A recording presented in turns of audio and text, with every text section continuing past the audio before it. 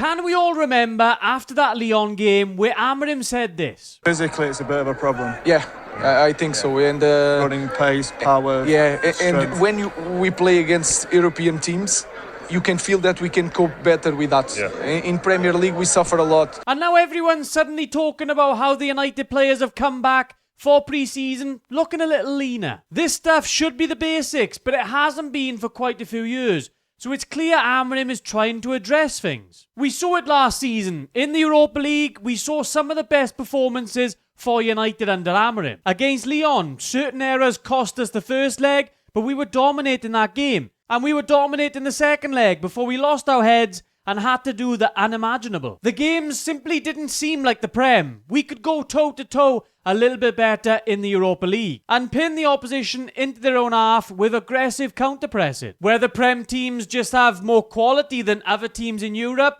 there might be something to be said for that, but I do think physicality definitely played a part. The physicality issue wasn't just spoken about by Amorim after that Lyon game either. He mentioned it on multiple occasions. He mentioned it when United brought Dorgu and Heaven in. And we've seen with Dorgu, he might not be the most technical of players, but physically, he's ready for the Premier League, despite being at such a young age.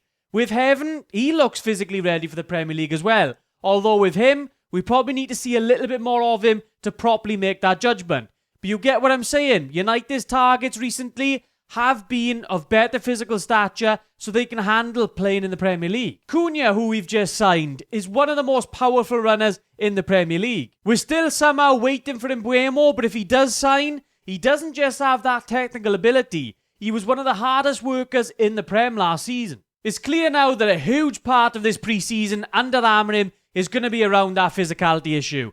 Whether that translates to results on the pitch, we'll have to wait and see. But I don't think it's just sheer coincidence that United do suddenly look a lot leaner.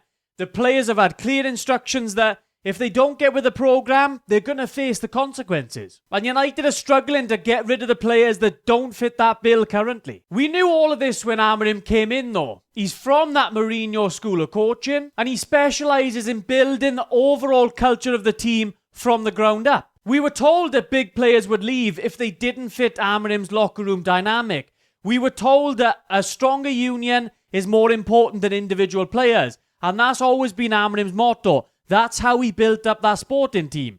Sporting, they did sell a couple of players that initially the fans weren't happy with. But obviously the success that Amorim had eventually, he definitely did win them over. And this is another aspect of the culture reset that I want to talk about. It's not just about the physicality side of things. It's about the mental side of it as well.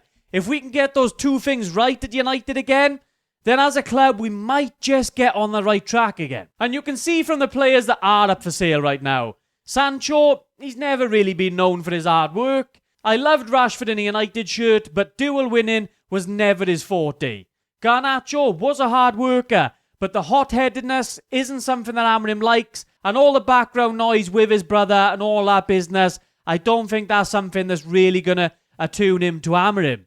And Anthony, well, he was just a mistake all round. If United's board do really trust Amorim to succeed, and they do think he is the right man for the job, they simply have to back him now. £13, I mean, I ain't got that sort of money. I'm not paying 13 quid. No. Find a way to shift the unwanted players. Find a way to improve the first team.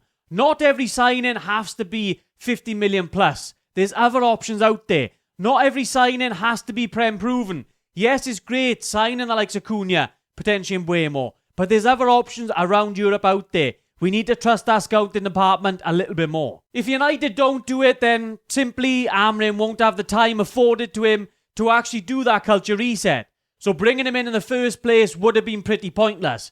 Bringing him in mid-season, you knew his system was completely different to what the players were used to, but we were told that United were looking at Amorim as being this long-term guy. Well, the backing that he's had this summer doesn't suggest that United truly believe that. It's all of a bit of a weird thing at the minute.